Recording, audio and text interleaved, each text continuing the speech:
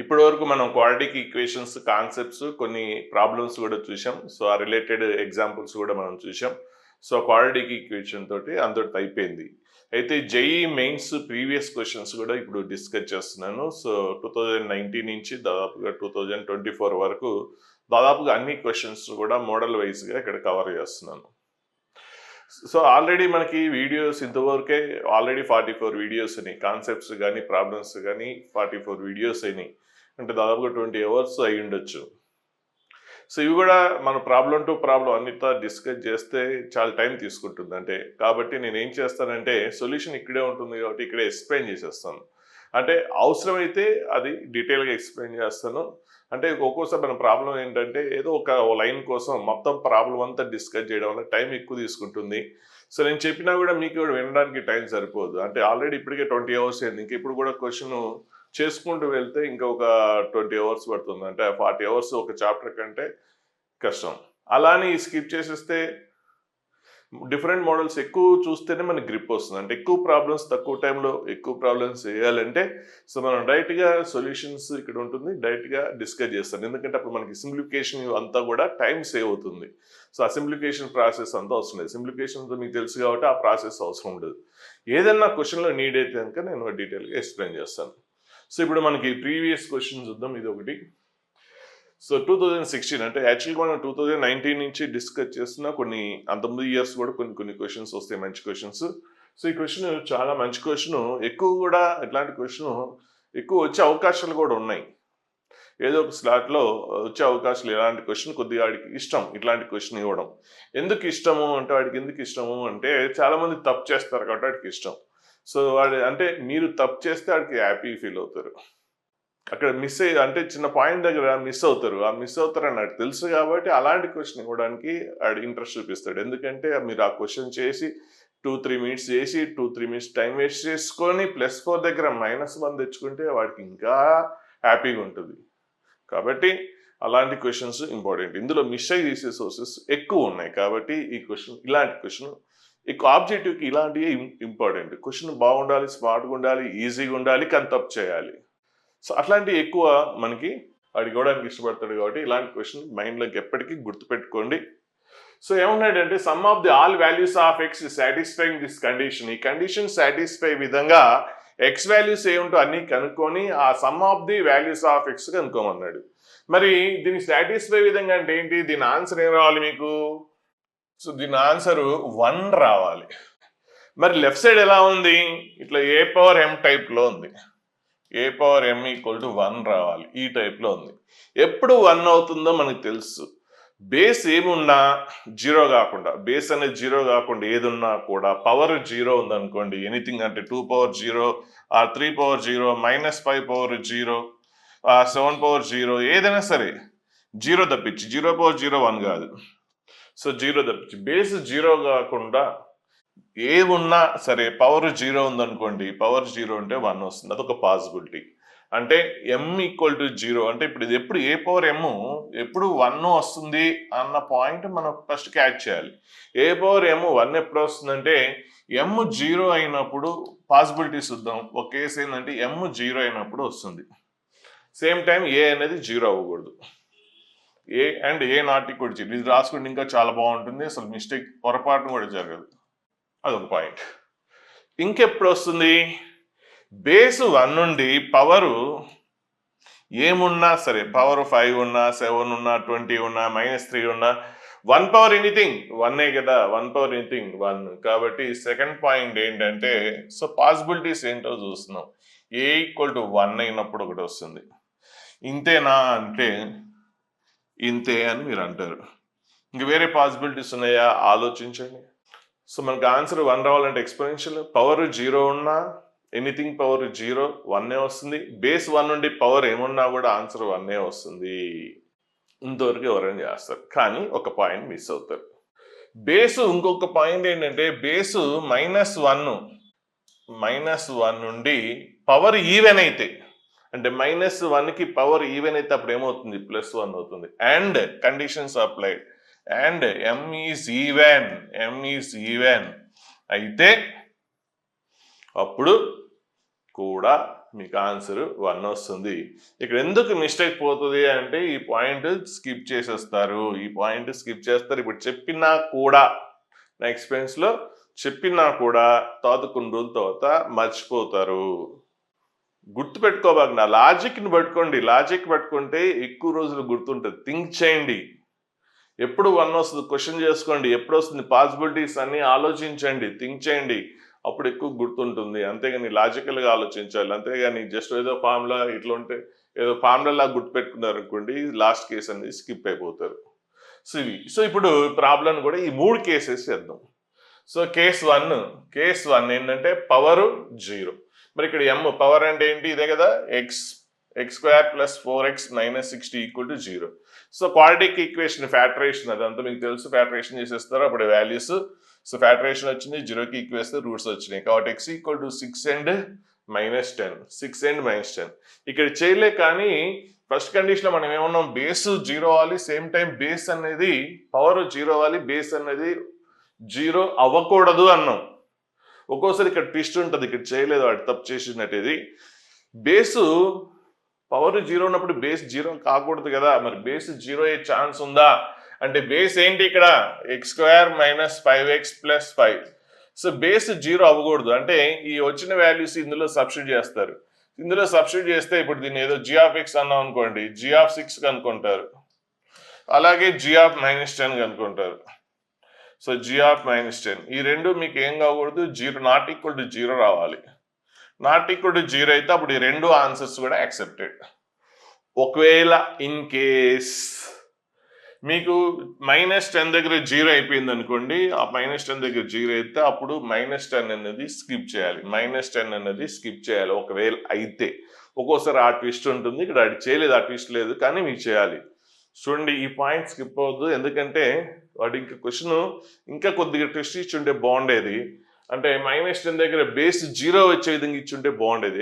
ఈ రెండిట్లో ఏదో ఒక వాల్యూ దగ్గర, ఇక్కడ బేస్ ఇది కదా, దీని బదులు ఈ రెండిట్లో ఏదో ఒకటి సబ్స్టిట్యూట్ చేస్తే 0 అయ్యే విధంగా బేస్ ఉంటే ఇంకా ట్విస్ట్ అయ్యేది. దాదాపుగా 99.99% మీ స్టూడెంట్స్ ర్యాంక్ చేస్తారు, 99.9% స్టూడెంట్స్ ర్యాంక్ చేస్తారు. సో అదొక పాయింట్ జాగ్రత్తగా అబ్జర్వ్ చేయండి. ఇది వదిలేస్తారు, వదిలేదు, అది కూడా చాలా ఇంపార్టెంట్ పాయింట్. ఇది చాలా మంది స్కిప్ అవుతారు, నేను చెప్తున్నాను, మీకు ఇప్పుడు చెప్పినా మళ్ళీ స్కిప్ అవుతూనే ఉంటారు. కొన్ని వీడియోస్ క్వశ్చన్స్ నోట్ చేసుకోండి, ఈ వీడియో నెంబర్, ఈ క్వశ్చన్ మళ్ళీ ఫ్రీక్వెంట్గా రివైజ్ కొన్నేమో ఒకసారి చూస్తే సరిపోతుంది, ఒకటేమో కొన్ని వీడియోస్ 1 టైం రివిజన్ చేస్తే సరిపోతుంది, కొన్నేమో ఎగ్జామ్ బిఫోర్ కూడా కనీసం ఒక 3-4 టైమ్స్ ఇట్లా రివిజన్, ఎక్కువసార్లు నెంబర్ ఆఫ్ టైమ్స్ రివిజన్ చేయాల్సి వచ్చినవి ఉంటాయి, ఆ లాజిక్ ఉన్నాయి. అలాంటిది మీరు ఏం చేస్తారంటే ఈ వీడియో నెంబర్ నోట్ చేసుకోండి, ఆ వీడియోలో ఈ టైం, ఇప్పుడు ఈ క్వశ్చన్ మనం డిస్కస్ చేస్తున్నాం కదా, ఏ టైం టు ఏ టైం ఉన్నది చూసుకోండి. సో అవి ఒక నోట్స్ లాగా రాసుకుంటే అప్పుడు మీకు ఆ పర్టికులర్ వీడియోకి అంత అవసరం లేకుండా, అంటే దాదాపు మనం ఒక 70-60 వీడియోస్ వేసామంటే 60-70 వీడియోస్ ప్రతిసారి రివిజన్ చేయాలంటే కష్టం. అందులో ఒక 10-5 లేదంటే ఆ వీడియోలో సమ్ పార్ట్ అవసరం అవుతుంది.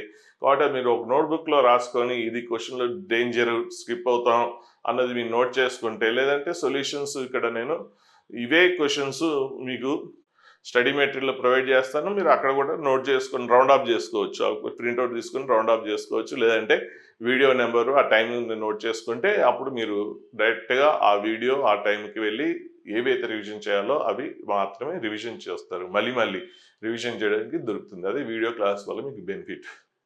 సో ఇక్కడ ట్విస్ట్ అవ్వలేదు, కానీ నేనైతే ఏమి ఇచ్చేవాడినంటే ఈ రెండిట్లో ఏదో ఒక దగ్గర బేస్ -10 దగ్గర బేస్ 0 విధంగా ఇచ్చేవాడిని, అప్పుడు ఆన్సర్ ఓన్లీ 6 అయ్యేది.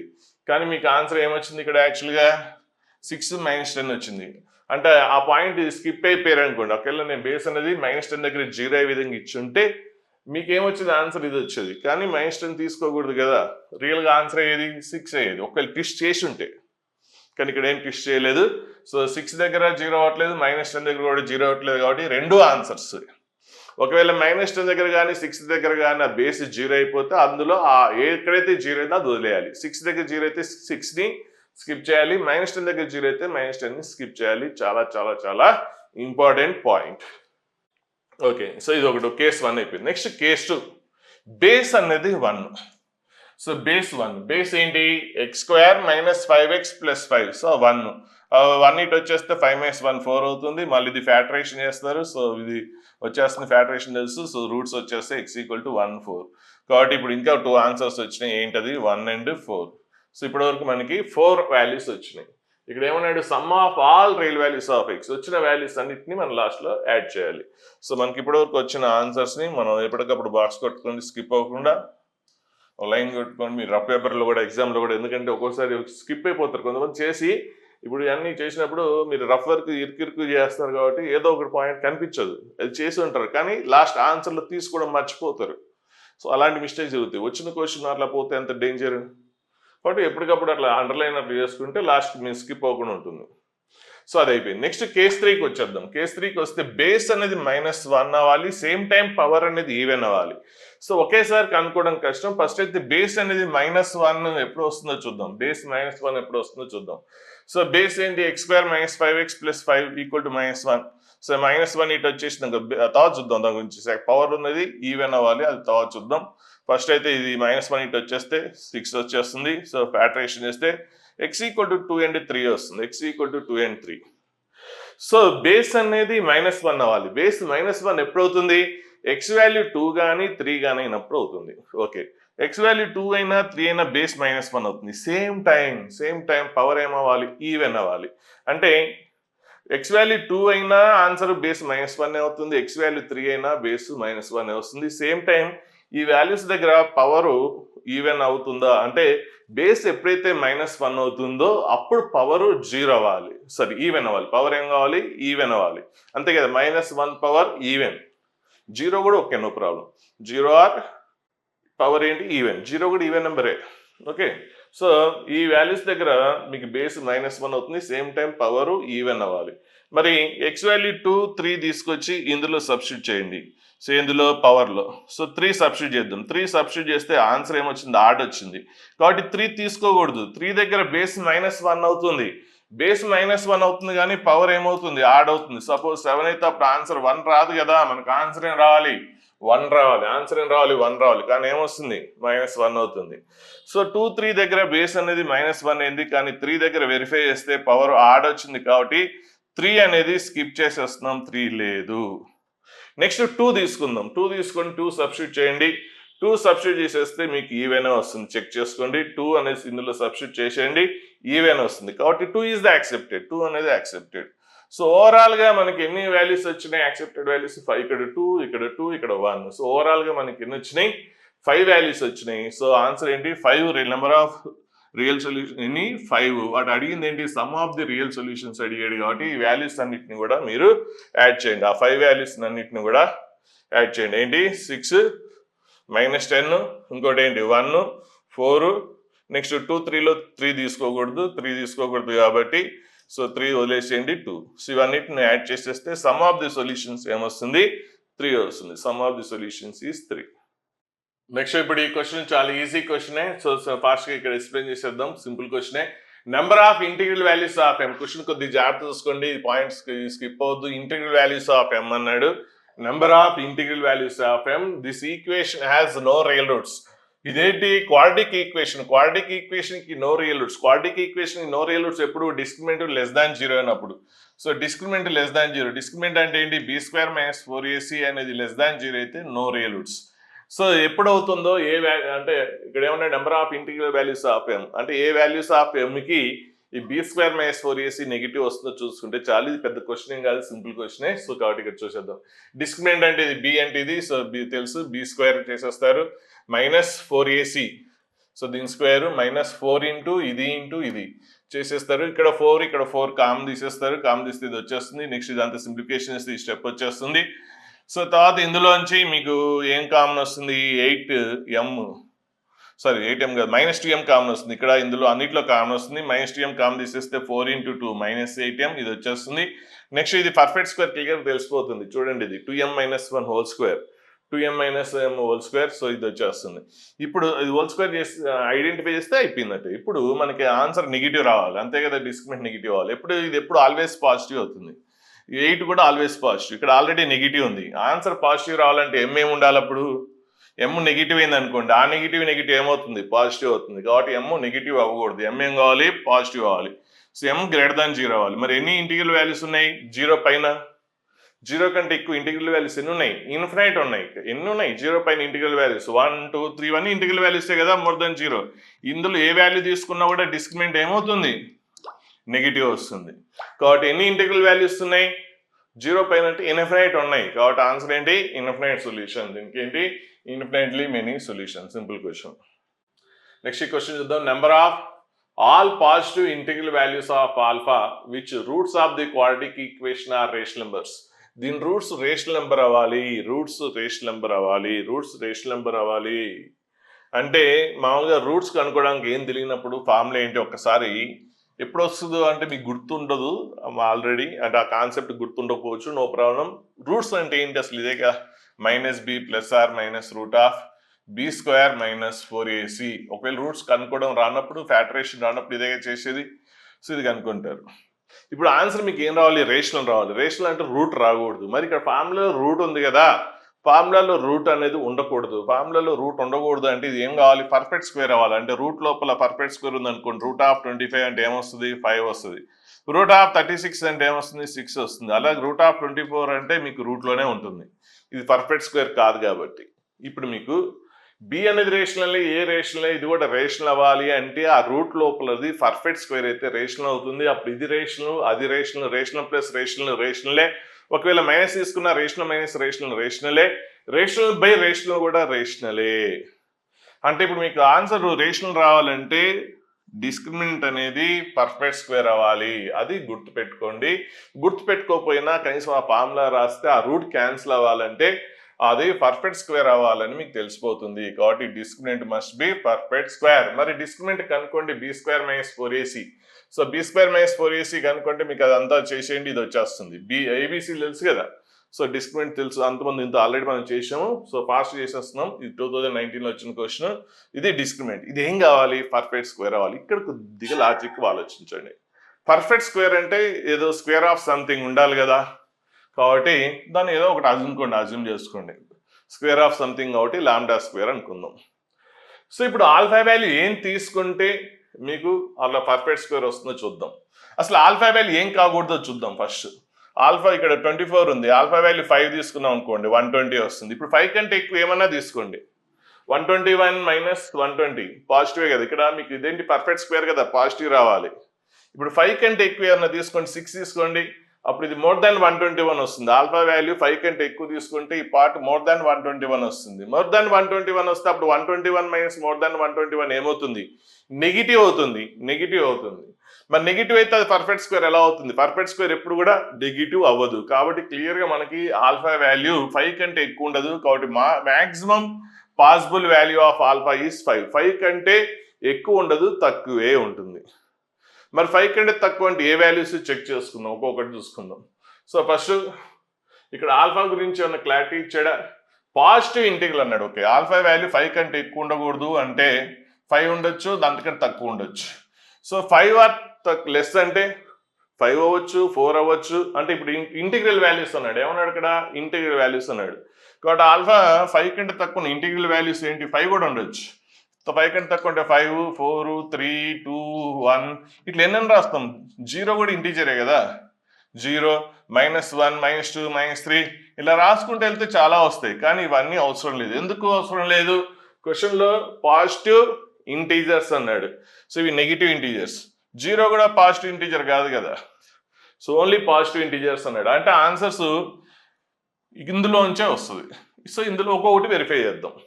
సో అంటే మనకి ఇది పర్ఫెక్ట్ స్క్వేర్ అవ్వాలి. సో ఆన్సర్ ఈ వాల్యూస్ 5 కంటే ఎక్కువ ఉన్న ఆల్ఫా వాల్యూ అది పర్ఫెక్ట్ స్క్వేర్ నెగిటివ్ వస్తుంది, నెగిటివ్ వచ్చే స్కోప్ లేదు. నెక్స్ట్ 5 కంటే తక్కువ 5 ఆర్ లెస్ అంటే వాడు ఏమన్నాడు క్వశ్చన్లో, చాలా మంది క్వశ్చన్ సరిగ్గా చదవరు. క్వశ్చన్లో ఏమన్నాడు, పాజిటివ్ ఇంటీజర్స్, దాన్ని పట్టించుకోరు. సో పాజిటివ్ ఇంటీజర్స్ అని అనగానే అప్పుడు ఇవన్నీ స్కిప్ చేసేస్తారు. కాబట్టి ఆన్సర్ ఇందులోనే వస్తుంది. ఇప్పుడు వెరిఫై చేసుకుందాం ఒక్కొక్కటి. ఆల్ఫా వాల్యూ 1 అయితే అప్పుడు 121 - 24 ఎంత వస్తుందో చూసుకోండి. సో 97 వస్తుంది. 97 పర్ఫెక్ట్ స్క్వేరా కాదు. సో మనకి ఆన్సర్ ఏం కావాలి, పర్ఫెక్ట్ స్క్వేర్ రావాలి కదా. సో 121 మైనస్ 24 అంటే ఇది పర్ఫెక్ట్ స్క్వేర్ రావాలి. సో 97 పర్ఫెక్ట్ స్క్వేర్ కాదు కాబట్టి సో ఆల్ఫా వాల్యూ 1 తీసుకోకూడదు కాబట్టి ఈ కండిషన్ స్కిప్ చేసేస్తాం. అలాగే నెక్స్ట్ ఆల్ఫా వాల్యూ 2 తీసుకోండి, అప్పుడు 121 మైనస్ 48 అది కూడా మీకు చూసుకోండి పర్ఫెక్ట్ స్క్వేర్ రాదు, అది కూడా కాదు ఆన్సర్. అలాగే ఆల్ఫా వాల్యూ 3 తీసుకోండి, 121 మైనస్ 24 ఇంటూ 3 అంటే 72. సో 49 వస్తుంది. 49 అనేది పర్ఫెక్ట్ స్క్వేర్, 49 అనేది పర్ఫెక్ట్ స్క్వేర్ కాబట్టి సేమ్ వస్తుంది మీకు లాంబ్డా వాల్యూ 49, లాంబ్డా స్క్వేర్ 49 అయితే అప్పుడు లాంబ్డా వాల్యూ ఎంత వస్తుంది, 7 వస్తుంది. So lambda value 7. So okay perfect square కాబట్టి ఇది యాక్సెప్టెడ్, ఆన్సర్ ఇది యాక్సెప్టెడ్. నెక్స్ట్ ఇది నాట్ యాక్సెప్టెడ్, పర్ఫెక్ట్ స్క్వేర్ రాలేదు కాబట్టి. 2 కూడా తీసుకున్నా కూడా పర్ఫెక్ట్ స్క్వేర్ రాలేదు కాబట్టి అది కూడా యాక్సెప్టెడ్ కాదు. నెక్స్ట్ 4 తీసుకుందాం. 4 తీసుకుంటే 96. సో 121 మైనస్ 96 అంటే 25 అని కూడా పర్ఫెక్ట్ స్క్వేర్ కాబట్టి 4 ఈజ్ కూడా యాక్సెప్టెడ్. నెక్స్ట్ 5 తీసుకుంటే 120 వస్తుంది. 121 మైనస్ 120 ఎంత, 1 కూడా పర్ఫెక్ట్ స్క్వేర్ కదా, 1 కూడా పర్ఫెక్ట్ స్క్వేర్ కాబట్టి ఈ 3 వాల్యూస్ పాసిబుల్ కాబట్టి so number of possible values of alpha ఎంత, 3. ఏంటవి, 3, 4, 5. So number of possible values 3, 4, 5. ఇక్కడ ప్రాబ్లం వల్ల ఎక్కడ స్కిప్ అవుతుంటారు, పర్ఫెక్ట్ స్క్వేర్ అనేది ఇట్లా ఫస్ట్ ఐడెంటిఫై చేసుకుంటే పర్ఫెక్ట్ స్క్వేర్ అనగానే ఇలా రాసేయండి. సో ఆల్ఫా వాల్యూ ఏం తీసుకుంటే మీకు పర్ఫెక్ట్ స్క్వేర్ వస్తుంది, నెగిటివ్ రాకూడదు. ఆల్ఫా వాల్యూ ఏం తీసుకుంటే పర్ఫెక్ట్ స్క్వేర్ వస్తుంది అనేది చెక్ చేసుకుంటాం. ఇలా పాసిబిలిటీస్ ఇవి. సో 5 కంటే ఎక్కువ ఉండకూడదు, 5 కంటే తక్కువే ఉండాలి. 5 కంటే తక్కువ ఉన్న పాజిటివ్ ఇంటీజర్స్ చేసాం, ఆ పాజిటివ్ ఇంటీజర్స్లో అన్నిటికీ పర్ఫెక్ట్ స్క్వేర్ రాకపోవచ్చు కాబట్టి అన్ని ఒక్కొక్కటి వెరిఫై చేసి సబ్స్టిట్యూట్ చేసాం. సో ఫస్ట్ 2 వాటికి మీకు పర్ఫెక్ట్ స్క్వేర్ రాలేదు కాబట్టి ఆ వాటిని యాక్సెప్ట్ చేయలేదు, ఓన్లీ లాస్ట్ 3 ఆన్సర్స్.